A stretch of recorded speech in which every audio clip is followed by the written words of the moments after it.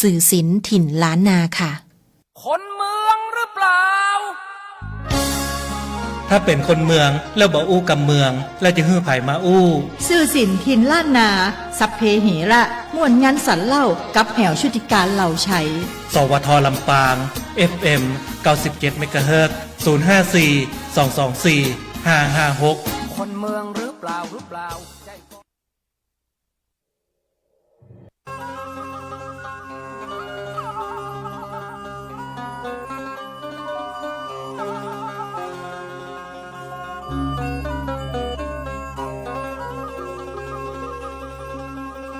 ลอน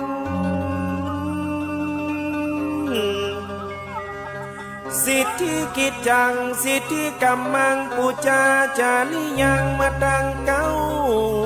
ก่อเนื้อหัวน้อมไว้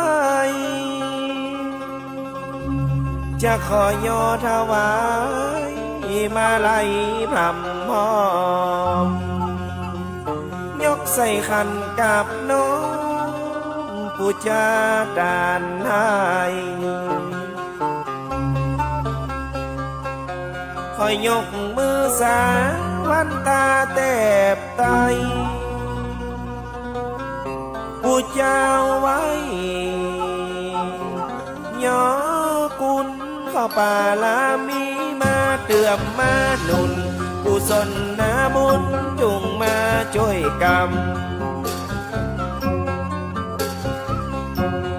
ยกมือไว้กราบขึ้นพานมหล่อนถวายบังคมแล้วก็ก้มเก่าคู่บาอาจารย์คู่ไปคู่เก้าอันตัวลูกเต้าว่าได้สืบเอามากาลาวันนี้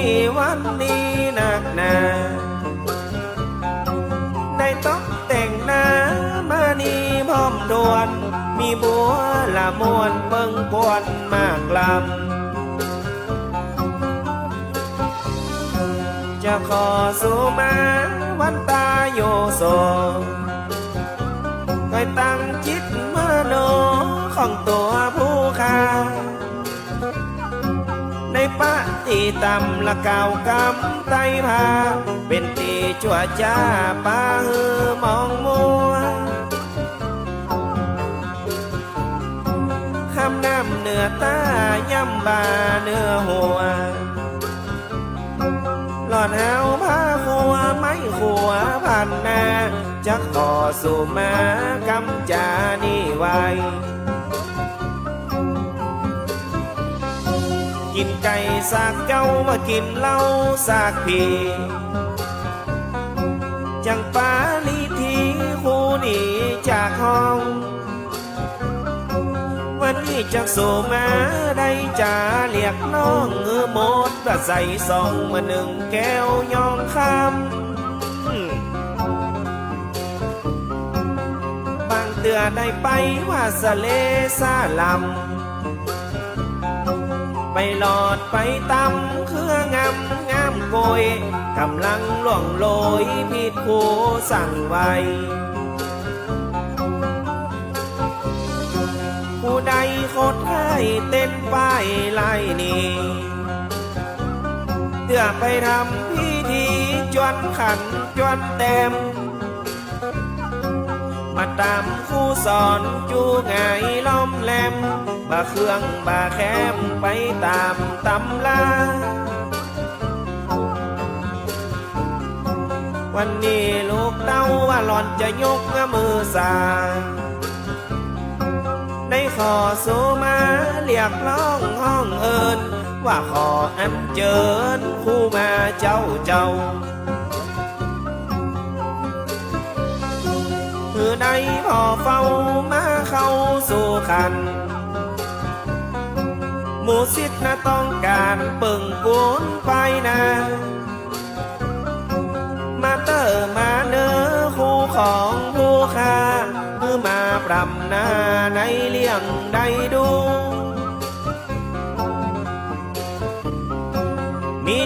สาปะว่าไก่ต้มมาหัวหมูสวยมากสวยปูขันยามากเบียงเอามายายเลี้ยงส่องหน้ามากลำจะกินเหล้าแดงเหล้ากันเหล้าขาวพอมาลับเอาหนังล้อมอ้อมข้างคู่เก้าคู่ปลายตั้งใดก็จ้างมาช่วยกึดสร้างเสริมบารมีคือตัวลูกศิษย์ได้เป็นแก้วเป็นสีผู้ตายเป็นผีได้หนีจากนาขอได้เชิญมาฮือมาเดี๋ยวนี้เวลามาเลี้ยวว่าได้เก้านาฬิกาปิดสนุคู่บาได้มาพ่อเฝ้าบ่ดีมาควายมาลาแต่เล่าเป็นน้ำเป็นเขากองกายหลายอันมาจนพอมเมียนมากินนะมาฉันมูลียาควันแกงต้มอ่อมซามีนักมีหนาโดกดาไว้แล้วมีผลละไม้ตึงส้มมาตึงหวานแคบแม้นแต่นมันใส่จานหาดถ้วยข้าวต้มต้องงามตั้งในเป็นโกยหลายคนได้โจยมาใส่มาทำไว้คู่ยืนยกกะมาฮับมากำมาช่วยน้อมนำเป่าโมนบนได้คู่เก้าคู่ปลายไหลมาหลังเตาผู้ตนศักดิ์สิทธิ์ประเด็จฤทธิ์นานักลายช่วยป้องกันภัยอันตรายกู้ดานมาสิงสาธิตนะบนหอบนหานหรือกาหือกันนะแป้ผ่านมานเวทมาป้องกันไว้สิ่งร้ายมาขาดเข็นปัดเป่าสาเด่นหนีไปจากห้องมาคุ้มมาของตัวข้านี่ไว้แป่พี่ไปบนแป่คนนะใส่ของแป่ตูแป่ลองป้องกันลูกเต้าในเลี้ยงในดูยกหูนี่เหล่าหือหลังไหลเข้าจิตใจตั้งในผู้เป็นโฮมเก้าไม่กิ่งใหญ่ล่วงลายสิ่งอันตรายสะเด็ดแตกอาเจิญขูลงมาสาแต่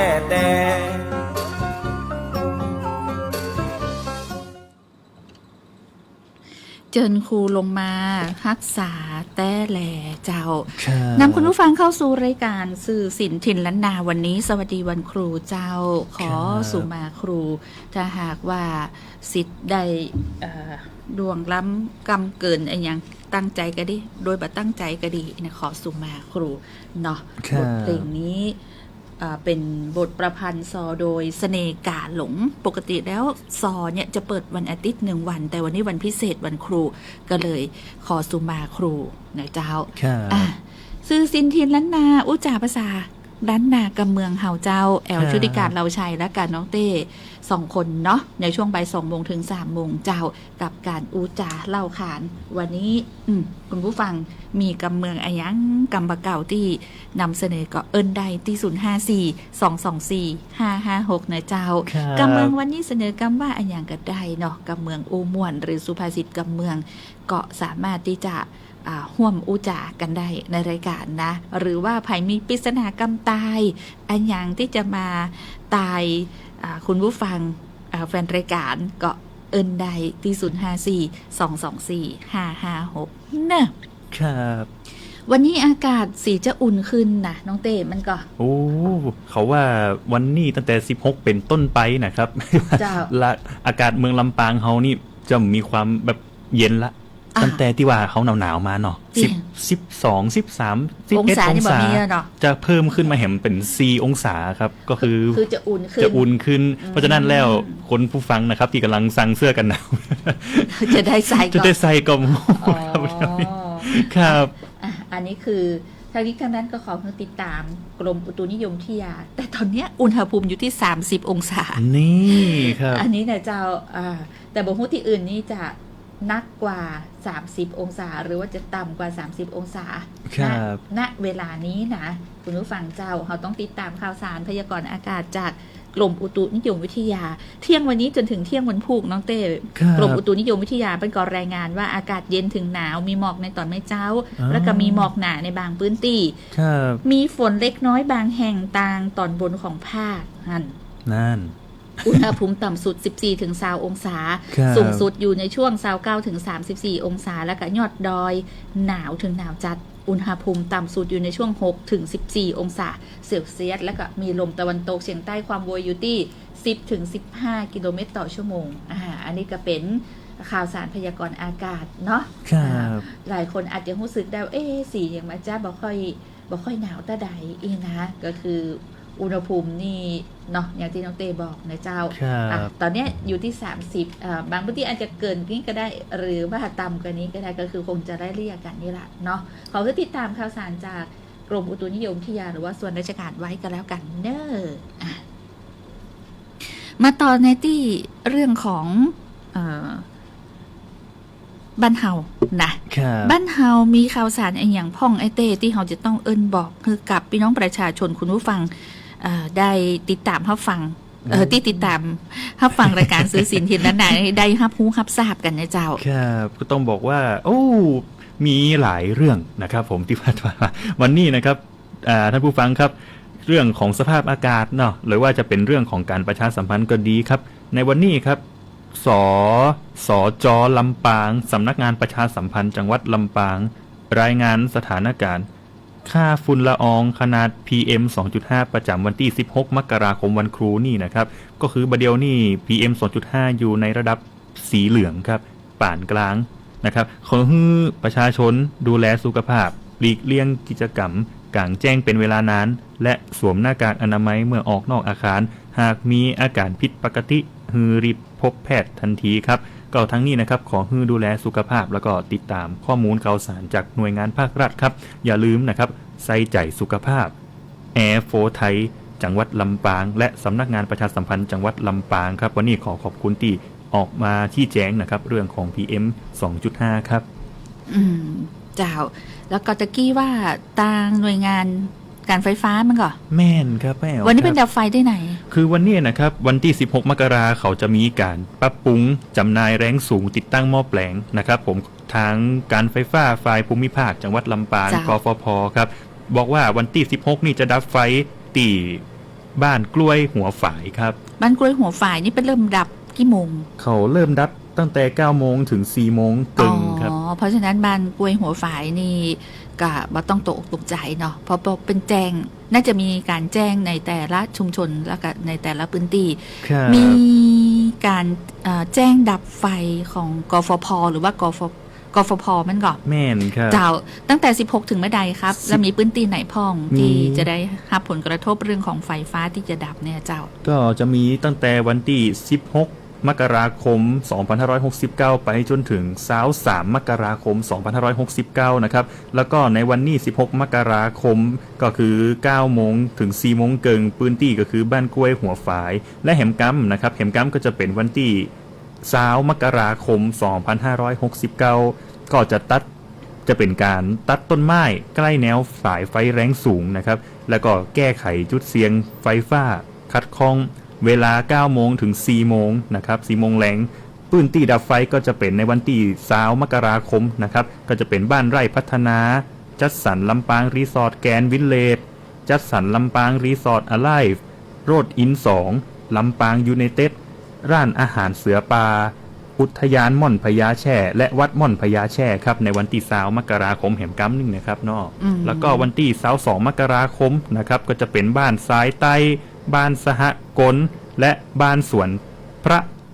หฤทัยครับในวันที่22 มกราแต่ว่าวันที่22 มกรานี่จะเป็นการปรับปรุงระบบจำหน่ายแรงสูงย้ายแนวระบบจำหน่ายแรงต่ำเวลา 9 โมงถึงแค่ช่วงบ่ายครับแล้วก็วันสุดท้ายนะครับผมวันที่23 มกราคม 2569 จะเป็นการย้ายระบบนะครับย้ายแนวระบบจำหน่ายแรงสูงแล้วก็ย้ายแนวระบบจำหน่ายแรงต่ำงานก่อสร้างถนนเลี่ยงเมืองเวลา 9 โมงถึง 4 โมงแลงนะครับในวันสุดท้ายวันที่23 มกราคม 9 โมงถึง 4 โมงแลงพื้นที่ไฟฟ้าดับก็จะเป็นบ้านจัดสรรหลังเทศบาลตำบลบอแห้วทั้งนี้หากพื้นที่บริเวณที่ได้รับกระแสไฟฟ้าก็คืออาจจะมีผู้ป่วยติดเตียงที่ต้องการใช้กระแสไฟฟ้าสำหรับเครื่องมือทางการแพทย์นะครับจะใดก็ตามนะครับโปรดแจ้งตีกฟผ.ลำปางหรือ PEA ลำปางก่อนล่วงหน้านะครับเพื่อติดตั้งเครื่องสำรองไฟฟ้าหรือสอบถามข้อมูลเพิ่มเติมนะฮะที่เบอร์ 054-251-102 ครับเจ้าอันนี้ก็เป็นการแจ้งเนาะพี่น้องประชาชนที่อยู่ในพื้นที่ต่างๆได้ครับรู้ว่าการไฟฟ้ากฟผ.เนี่ยเป็นจะงดจ่ายกระแสไฟฟ้าบางพื้นที่ในช่วงเวลาใดพ่องเนาะวันไหนพ่องพื้นที่ใดนะตามนี้เลยเจ้า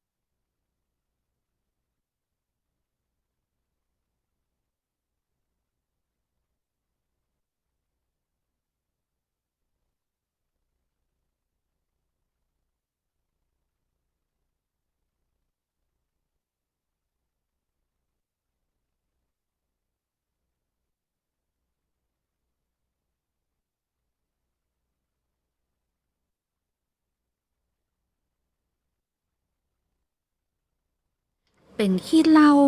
มักใหม่ตัวนี่ก็ครบเครื่องเนาะไอเต้ ก็คือว่า เมาปุ๊บกระเปียไม้แล้วก็ห้องเพลงได้เลยเนาะ ครับ จบครบเครื่องในที่เดียวนะเจ้า โอ้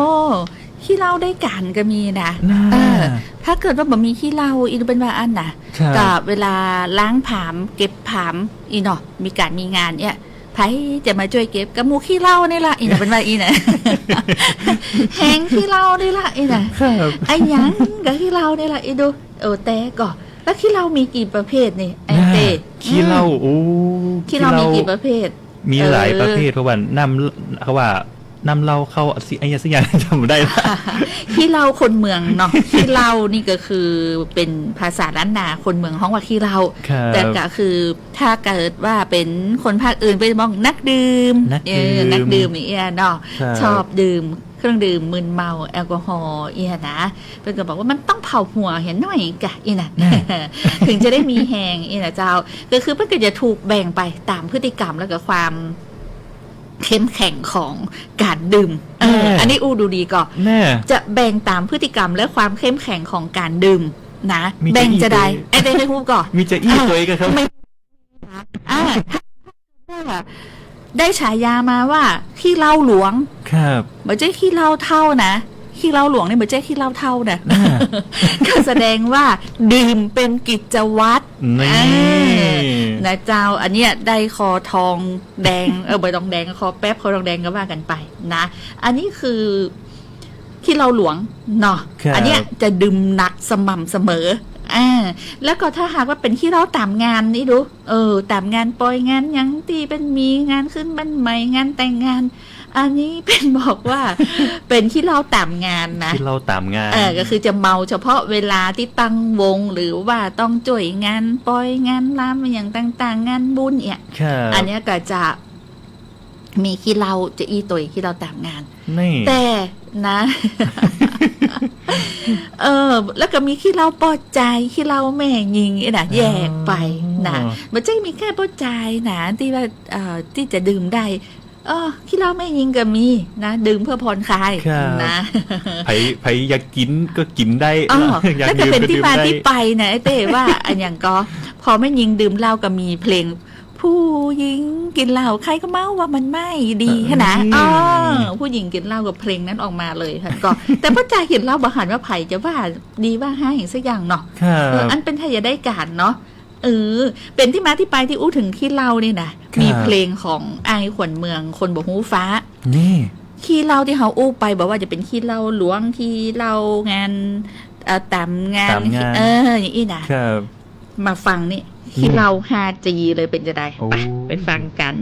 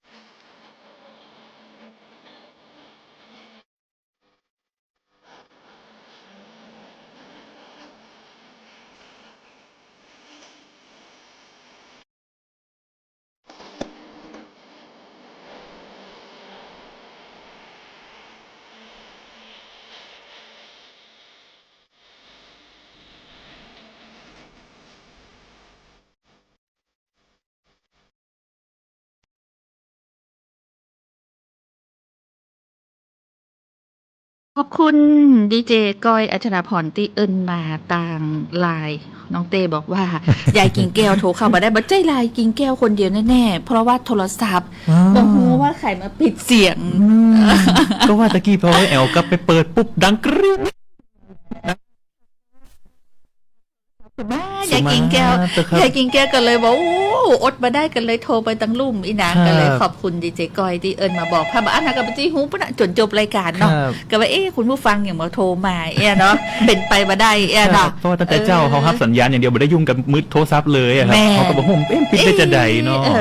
ปิดเสียงไปให้ยังเปิดปุ๊บกระดังเจ้าสวัสดีเจ้าสวัสดีครับมาแล้วนั่นแม่มอนสวัสดีครับแม่มอนดีกว่าบ่มาเนาะเจ้าอันนี้เพลงอย่างก็ได้อะอันหอมปอยได้กะได้เลยนั่นเต้ครั้งเลยครับแม่มอนดีๆนะปัญหาเช้าพุทธาอาเจียนโลหิตกำมะเกาอันอย่างพุทธาล่างแอได้ก็โทษโหตึงบัดได้ละอีน่ะเดี๋ยวแม่บอกเขานั่งแน่ครั้งดีๆนะครับพุทธาบัตตันอาเจียน5โลหิตก็คือเลือดบัตตัน5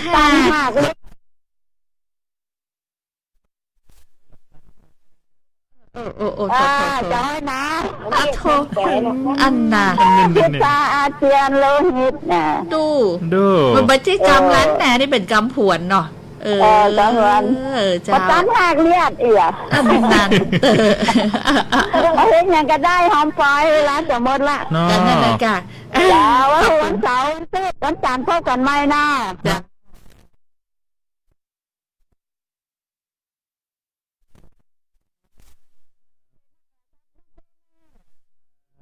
มีตกดูวันถูกจะเลยละเจ้าเขาคือรวยจ้ามันก็เปิดปุ๊บเปิดเสียงปุ๊บมาปั๊บเขาก็ว่าก็เปิดทุกคุณผู้ฟังเขาก็ถามคุณผู้ฟังเนาะตะกี้เนาะที่นี่มันมีใครเขาก็มาได้ดูสักกรรมว่ามีไฟกระพริบไอ้อย่างก็นะเป็นว่ายายกิ่งแก้วเอาจนได้เนาะมันก็สุดยอดเลยยายกิ่งแก้วสุดยอดนะปอใจโคตรพุ่นโทรปติดน่ะบ่เป็นหยังโอ้โทรได้ละฮับสายได้ละก็ยายก็ว่าอย่างมาบ่ฮับสายน่ะโอ้ขอบคุณเจ้าขอบคุณครับยายกิ่งแก้วนะเจ้าโทรมาตึงวันทักมาตึงวันสวยตึงวันยายกิ่งแก้วคนงามลำพูนพอไอเต้เป็นปากหวานใส่ยายกิ่งแก้วดูแล้วก็อยากฟังเพลงอะไรอย่างก็เอิ้นมากันแล้วกันนะแต่ว่าเวลาก็ใกล้จะหมดนะวันนี้วันศุกร์ตัวห้ามโคตรห้ามเกียรติเดี๋ยววันพุธประถูกหวยนะแม่นครับยายกิ่งแก้วห้ามโคตรห้ามเกียรตินะเดี๋ยววันพุธนี่มาถูกหวยเนอะนี่เนาะทุกเสียงทุกสายนะครับเนอะเป็นแม่มอนตัวนะครับวันพุธ17 มกราแล้ว วันนี้ไอ้เต้มีสุภาษิตกำเมืองอย่างมาเล่าสู่กันฟังพ่องโอ้วันนี้แบบมีวันนี้คือกะว่าฟังเนี่ยได้มาโทรเข้าในรายการเฮาเนี่ย0542245556เนี่ยแบบมาเอิ้นกันว่ามันมีสุภาษิตไอ้หยังพ่องตีมันเลยก็นิ่มได้เตรียมมาบ่เป็นหยังครับบ่เป็นหยังนะเจ้าตอนนี้นะเจ้าเห็นเรื่องหนึ่งเรื่องของการเลือกตั้งท้องถิ่นเราที่เขาได้เลือกกันไปเมื่อวันที่ผ่านมาคือการเลือกตั้งอบตเนาะคือเลือกนายกอบตกับเลือกสอบตแต่ทีเนี้ยในส่วนของทางผู้อำนวยการกกตอบจลำปางเป็นมีการประกาศรายชื่อผู้สมัครรับเลือกตั้งสอบจลำปางอำเภอกอคาเขตเลือกตั้งที่3นะตอนนี้มีผู้สมัคร2 รายได้แก่นายธนภูมิสิงสรรและนายวราวุฒิขิงทองอันนี้ประกาศณวันที่16 มกราคม 2569 เจ้าอันนี้ก็เป็นการรับสมัครที่เปิดรับสมัครไปเนาะมี2รายเจ้านะก็ได้ประกาศละมีเบอร์1กับเบอร์2นะอันนี้ก็เป็นผู้ที่สมัครเนาะกับพี่น้องประชาชนผู้มีสิทธิ์นะเจ้าที่อยู่ในเขตเลือกตั้งที่3ที่จะเลือกก็เตรียมพร้อม เลือกได้เลยเนาะมีผู้สมัคร2ท่านเจ้าแสนนี่จากที่ไหนจันใด อ่ะยิบปัญจกัดอกสวัสดีเจ้า สวัสดีเจ้า สวัสดีครับ นันเตอร์ สัญญาณบัดดีก็ สงสัยเป็นถ้าจะวางสายไปอย่าจอยนะมาเป็นอย่างกระโทรมาใหม่กันแล้วกันเนอะคุณผู้ฟังเจ้าเนาะ อ่ะพูดถึงเรื่องของการเลือกตั้ง ครับ เลือกตั้งสสเนี่ยก็จะมีวันที่8กุมภาพันธ์เนอะ8โมงเช้าถึง5โมงแลงสายนี้สวัสดีเจ้า สวัสดีครับ น้องแอลลืมไปที่บอกวันที่18วันเกิดแม่นะ โอ้ วันที่18วันอาทิตย์เนาะ แม่ 18มกราแม่เกิดวันจันทร์นี่มันเป็นวันติดอ่ะ อ๋อเจ้า เจ้า เจ้าเจ้าแฮปปี้เบิร์ธเดย์ล่วงหน้าเนอะ จ้าลืมบอกไปอีนะ สุขสันต์วันเกิดล่วงหน้านะครับ เลยละวันเกิดแม่จะเลยละ เจ้า สวัสดีจ้า สวัสดีเจ้ากับฉลองวันเกิดล่วงหน้ากันแล้วกันเนาะ ครับ วันที่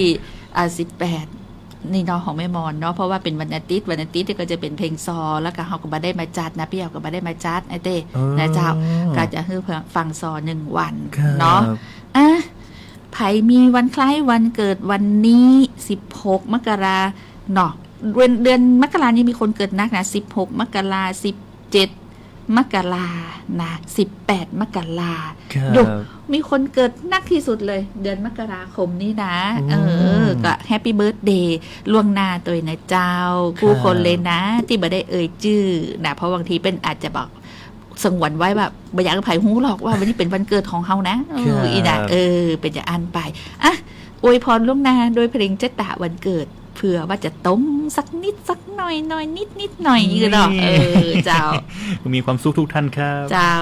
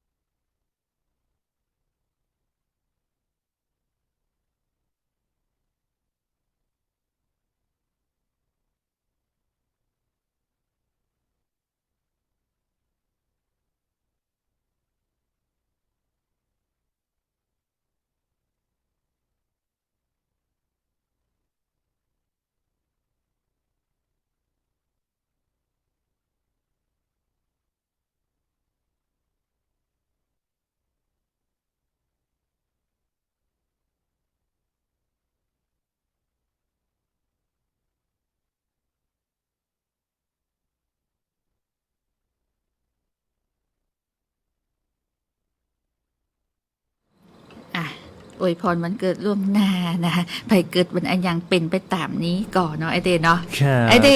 ตรงก่อนไม่ต้องบอกวันนะแต่ว่าฟังแล้วเนี่ยตรงก่อนที่เป็นตายไว้เนี่ยจะตาวันเกิดเนี่ย ชะตาวันเกิดนี่แต่ว่าถ้าจะว่าตรงก็ตรงอยู่นะแป้ง ตรงอ่ะ แต่ว่าความจริงแล้วต้องบอกว่าเดือนมกราเนี่ย มันเป็นวันดีเหมือนกันนะเดือนที่ดีตัวเอง เพราะว่ามันเป็นเดือนที่เริ่มต้นปีใหม่มา เริ่มศักราชใหม่ ใช เนาะ ่แม่นแล้วครับ จ้ะคุณสุเมธีนอคามคุณขวัญพี่ชายบอกขอเพลงขอเพลงซอครูเปิดไปแล้วเนาะซอสุมาครูเนาะ ครับ คุณสุเมธีนอคามบอกว่าอันอย่างอุ้มลุ้มเต้าหางหมีจะหนีก็ดึงไว้ เฉลย เปรนอนเด็กอีนะ เฉลยเมื่อเรียบร้อยน่าฮักขนาดนั้น ขอบคุณครั เนาะ บ คุณผู้ฟังความทรงปริศนากรรมตายนะแถมช่วงหนึ่งของซื้อสินถิ่นล้านนาก็ได้เลยนะเจ้าเพราะว่าอันอย่างก็อุ้มลุ้มเต้าหางหมีจะหนีก็ดึงไว้เฉลยมาเรียบร้อยกำเมืองแปลเป็นไทยก็คือเปลของละอ่อนเปลเด็กเนี่ยนะเจ้าใจชีวิตที่มีความสุขทุกวันส่งสติกเกอร์หัวใจมาเบอร์เลอร์เลยนะคุณขวัญพี่ชายก็บอกโอ้ย ขอบคุณ สตางค์ปิว ครับ ว่อนเลยนะ แล้วก็คุณเอกสิทธิ์แก้วธรรมชัยขอเพลงเมียครูมอบให้ครูเล็ก ถ้าอย่าปาตานละ เพราะว่าเหลือแฮม4 นาที แล้วก็คุณขวัญพี่ชัยบอกว่าพี่แอลไอเต้ครับเสียงอย่างเงี้ยเสียงเพลงครับผมอันนี้คือจะได้เสียงเพลงครับผม เสียงเพลงม่วนก็ครับอันนี้นะ ม่วน คือ ม่วนกูเพลงเนาะ ม่วนกูเพลง หรือว่าเสียงเพราะครับผมมีกับบางหูเนาะเสียงม่วนเนี่ยเนาะ ครับ เข้าข้างตัวเก่า เอาเป็นว่าเวลาเวลาเสียงเนี่ยเจ้าคือคุณผู้ฟังได้ฟังเพลงในช่วงท้ายนี่เนาะ ครับ วอกเมียนะยายหญิงแก้วขอไว้นะวอกเมียแล้วกับเมียครูบ่ฮู้จะตันก็ถ้าตันก็ได้ฟัง2 เพลงถ้าบ่ตันก็ขอสุมาตัวเดียวคุณผู้ฟังเจ้า วันนี้ลาไปก่อนจกดีกู้คนนะเจ้าโดยเฉพาะคุณครูขอคือได้ดังใจนึกนะเจ้าเป็นที่ฮักของลูกศิษย์ทุกคนเด้อสุขภาพกายสุขภาพใจสมบูรณ์แข็งแรงเจ้าก็ขอให้คุณครูทั้งต่างโลกและก็ต่างธรรมเป็นของว่าอยู่ดีมีสุขนะเจ้าสุขกายสุขใจแบบ100%สวัสดีเจ้า สวัสดีครับ